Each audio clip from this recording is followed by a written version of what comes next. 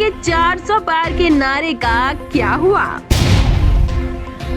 वादों की गारंटी, 400 पार, पीओके या राम लहर? आखिर बीजेपी की सीटें खटाखट क्यों घटी? आखिर ठंडी पड़ गई हुंकार, क्यों नहीं हो पाए 400 पार? नमस्कार, स्वागत है आपका बीएसपीएल न्यूज में। लोकसभा चुनाव के नतीजे बता रहे हैं कि बीजेपी को देश के सबसे बड़े राज्य उत्तर प्रदेश का साथ नहीं मिला। इसके अलावा राजस्थान और महाराष्ट्र ने भी बीजेपी को करारा झटका दिया है। क्या से क्या हो गया, देखते ही देखते। जी हाँ, कहाँ एनडीए का कुनबा 400 पार का नारा दे रहा था, लेकिन आज जो नतीजे आए हैं वो बीजेपी को सोचने के लिए मजबूर करने वाले हैं। कहाँ कमी रह गई, ये तो अब मंथन का विषय है। लेकिन जिन राज्यों के बल पर बीजेपी नेता हुंकार भर रहे थे, उनमें से सबसे भरोसे वाले राज्यों ने ही उनका साथ नहीं दिया। एक दो नहीं बल्कि कुल 4 बड़े राज्यों से बीजेपी को कतई इस नतीजे की आहट नहीं थी। चुनाव से पहले जनता कब किस करवट बैठेगी, इसका केवल अनुमान लगाया जा सकता है। हकीकत का सामना तो रिजल्ट के दिन ही होता है। जी हाँ, बीजेपी में अब लंबे समय तक नतीजों को लेकर मंथन का दौर चलेगा। वजह भी सामने आएगी, लेकिन नतीजे बता रहे हैं कि बीजेपी को देश के सबसे बड़े राज्य उत्तर प्रदेश का साथ नहीं मिला। इसके अलावा राजस्थान और महाराष्ट्र ने भी बीजेपी को झटका दिया है। बीजेपी को सबसे ज्यादा बेहतरीन परिणाम की उम्मीद पश्चिम बंगाल से थी, लेकिन एक बार फिर ममता बनर्जी बीजेपी पर भारी पड़ी हैं। यानी यूपी, राजस्थान, महाराष्ट्र और पश्चिम बंगाल में बीजेपी के साथ खेला हो गया। जबकि साल 2019 के चुनाव में इन राज्यों में बीजेपी का बेहतरीन प्रदर्शन था। बीजेपी को उम्मीद थी कि इस बार पिछले चुनाव से ज्यादा सीटें इन राज्यों से खाते में आएगी, लेकिन झटका ऐसा लगा कि ज्यादा की बात तो छोड़िए साहब, पिछले चुनाव से भी कम सीटें बीजेपी को मिली है। इसमें इन 4 राज्यों में खराब प्रदर्शन की वजह से ही बीजेपी खुद बहुमत से काफी दूर रह गई है। 2019 के चुनाव में बीजेपी को कुल 302 सीटें मिली थी, लेकिन इस बार 300 भी पार करना मुश्किल है। यानी 2019 के मुकाबले बीजेपी की करीब 50 से 60 सीटें कम हैं, जबकि चुनाव से पहले एनडीए 400 पार का नारा दिया जा रहा था, लेकिन अब एनडीए को 300 सीट के लिए संघर्ष करना पड़ा। खैर, सबसे बड़ा झटका बीजेपी को उत्तर प्रदेश से लगा है, जहां 80 लोकसभा सीटों में से एनडीए की आधी सीटों पर भी जीत होती नहीं दिखी। खैर, लोकसभा चुनाव 2024 के नतीजे कई मायनों में चौंका देने वाले हैं। उत्तर प्रदेश में बड़ा उलटफेर हुआ, भाजपा अपने ही तय किए गए लक्ष्य से पीछे हो गई। दुनिया के सबसे बड़े लोकतंत्र के सबसे बड़े चुनाव में जनता ने एक बार फिर से सभी को चौंका दिया है। लोकसभा चुनाव में आए जनादेश ने सारे अनुमानों को ध्वस्त कर दिया। रुझानों में भाजपा 250 तक भी नहीं पहुंच पा रही। अंतिम नतीजे आने तक वह एनडीए के सहयोगी दलों की मदद से 290 के ऊपर जा सकती है। इस जनादेश में कई सवाल छुपे हैं। पहला, इस जनादेश के क्या मायने हैं? एनडीए को 400 पार और पार्टी को 370 पर ले जाने की भाजपा की रणनीति कामयाब नहीं हो पाई। जनादेश ने साफ कर दिया कि सिर्फ प्रधानमंत्री मोदी के चेहरे के भरोसे रहने से भाजपा का काम नहीं चलेगा।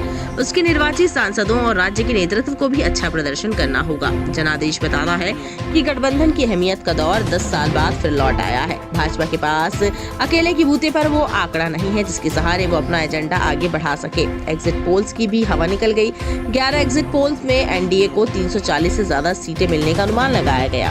3 सर्वेक्षणों में तो एनडीए को 400 लोकसभा सीटें मिलने का अनुमान था। रुझानों नतीजों में एनडीए उससे तकरीबन 100 सीटें पीछे है।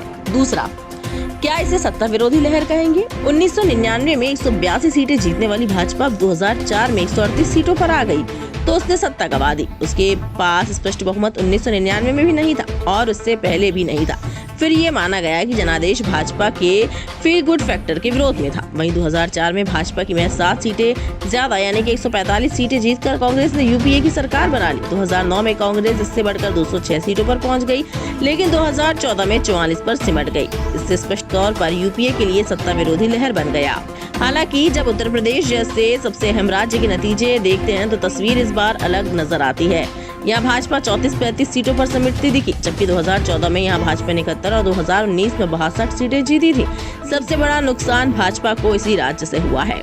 तीसरा, क्या कम मतदान ने भाजपा की सीटें घटा दी और कांग्रेस सपा की सीटें बढ़ा दी?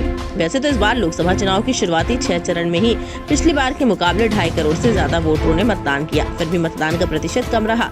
इसके ये मायने निकल कर आ रहे हैं कि भाजपा अब की बार 400 पार के नारे में खुद ही उलझ गई। उसके वोट इसलिए नहीं बढ़े क्योंकि भाजपा को पसंद करने वाले वोटरों ने तेज गर्मी के बीच संभवतः खुद ही ये मान लिया कि इस बार भाजपा की जीत आसान रहने वाली है, इसलिए वोटरों का एक बड़ा तबका वोट देने के लिए निकला ही नहीं। चौथा, तो ये किसकी जीत और किसकी हार? ये भाजपा की स्पष्ट जीत नहीं है, ये एनडीए की जीत ज्यादा है। आंकड़ों की दोपहर तक की स्थिति को देखें तो ये माना जा सकता है कि पूरे 5 साल भाजपा गठबंधन के सहयोगियों खासकर जदयू और तेदेपा के भरोसे रहेगी। इन दोनों दलों के बारे में ये कहना मुश्किल है कि भाजपा के साथ पूरे 5 साल बने रहेंगे या नहीं। राज्य के लिए विशेष पैकेज और केंद्र और प्रदेश की सत्ता में भागीदारी के मुद्दे पर इनके भाजपा से मतभेद के आसार ज्यादा होंगे। नीतीश कुमार और चंद्रबाबू नायडू दोनों ही अतीत में एनडीए से अलग हो चुके हैं। इंडिया गठबंधन की बात करें तो यहाँ उसकी स्पष्ट जीत कम और बड़ी कामयाबी ज्यादा है।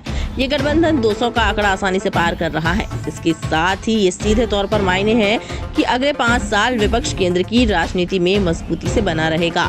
क्षेत्रीय दल देश की राजनीति में अपरिहार्य बने रहेंगे। 5वां, मुकाबला भाजपा बनाम विपक्ष था या मोदी बनाम मोदी? आंकड़ों की माने तो इसका जवाब हाँ है, लेकिन इसका दूसरा जवाब ये भी है कि मुकाबला 2014-2019 में मोदी की लोकप्रियता बनाम 2024 में मोदी की लोकप्रियता का रहा। भाजपा ने नरेंद्र मोदी के चेहरे पर पहली बार 2014 का लोकसभा चुनाव लड़ा। पहली बार में ही वह केवल अकेले बूते पर 282 सीटों पर पहुंची। 2019 में भाजपा ने 303 सीटें जीती। इस बार भाजपा की अपनी सीटें 240 के आसपास है, यानी वे 2014 से 40 सीटें और 2019 से 60 सीटें पीछे हैं। तो क्या गठबंधन की राजनीति लौट रही है? बिल्कुल। भाजपा को भले ही 5 साल तक आसानी से सरकार चला लेने का भरोसा हो, लेकिन उसकी निर्भरता जदयू और तेदेपा जैसे दलों पर रहेगी। पिछली गठबंधन सरकारों के मुकाबले भाजपा किस स्थिति में रहेगी? डॉक्टर मनमोहन सिंह के समय कांग्रेस ने इससे भी कम सीटें लाकर गठबंधन की सरकार चलाई। अटल आडवाणी भी भाजपा को अधिकतम 182 सीटों पर पहुंचा सके, लेकिन सरकार चला पाए। भाजपा की 2024 की स्थिति इससे बेहतर है। ये जनादेश कब की याद दिलाता है? नतीजे 1991 के लोकसभा चुनाव जैसे हैं। तब कांग्रेस ने 232 सीटें जीती।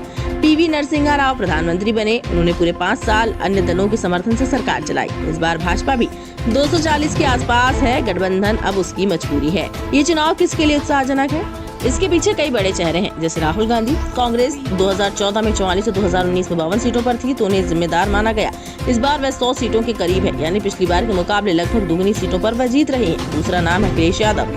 देश भर में भाजपा को सबसे बड़ा झटका सपा ने दिया है। सपा ने पिछली बार बसपा के साथ गठबंधन किया। बसपा को 10 सीटें मिली, लेकिन सपा 5 ही सीटों में जीत पाई थी। इस बार सपा ने कांग्रेस से हाथ मिलाया। वह 34 से ज्यादा सीटों पर जीत रही है। ये लोकसभा चुनाव में वोट शेयर के लिहाज से सपा का अब तक का सबसे अच्छा प्रदर्शन हो सकता है। वहीं इस बार क्या रिकॉर्ड बन सकते हैं?